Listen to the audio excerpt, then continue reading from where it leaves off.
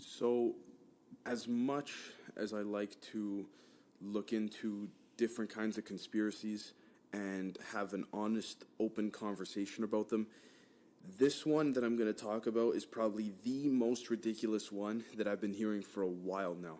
And I have to talk about it because it's growing in popularity in a fucking frightening way. So, there's no chance in hell that the earth is flat.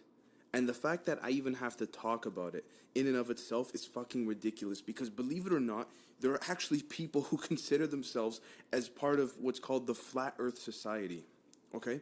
Where, against all evidence to the contrary, they literally believe that the earth is flat and all photos have been manipulated as part of some globalist plan to control the people.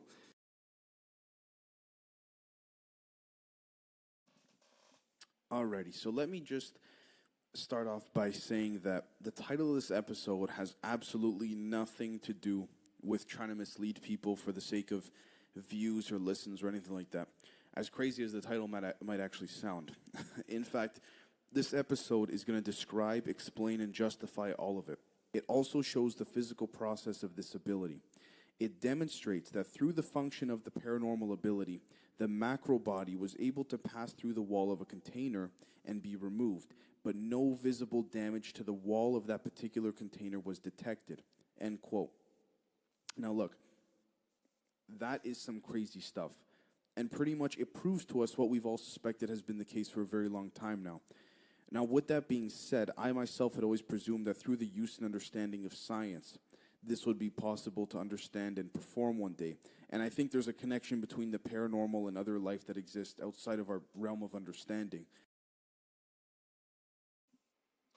All right, so welcome to the Connecting the Dots segment, which is a new segment that I started, but I also think it's a pretty important one too to kind of help everyone figure out what's going on in the world and at least give, my perspective, but also, put together a bunch of different facts along with rumors that can kind of make something, or, bring something together that we haven't really noticed before. Now, we literally in this segment attempt to connect the dots of major conspiracies that actually have some validity to them, and we use the current rumors and research available in order to put the pieces of the puzzle together, so to speak. Now, let me say before starting that I am by no means an investigative journalist or researcher or whatnot, but at the end of the day, when you do enough research and you just apply even a little bit of logic, you'd be surprised what you can discover. And a lot of times, stuff that's hiding in plain sight is turns out, of course, to be hiding right in front of you, while still arguably moving backwards at the same time in certain areas. And although it's fucking impossible to live in an ever perfect world, it most certainly is possible through the use of willpower and social cognition to be able to break out of the constraints. He claimed that his father had already been time traveling for many, many years at the Curtis Wright Corporation in New Jersey. And it was here where he was first exposed to the portal he would later use himself to teleport through time and space. Now, the portal itself.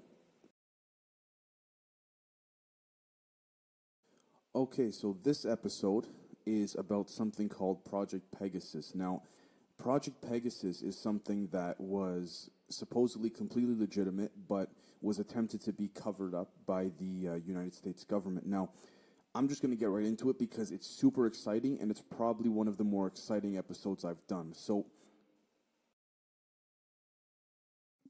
all right, welcome to the first video of the Generation Z podcast. If you're listening, then welcome. But if you're on YouTube, then this is, I think, the first video I've done. So, for today's episode, what I want to talk about is my problem with social media motivation.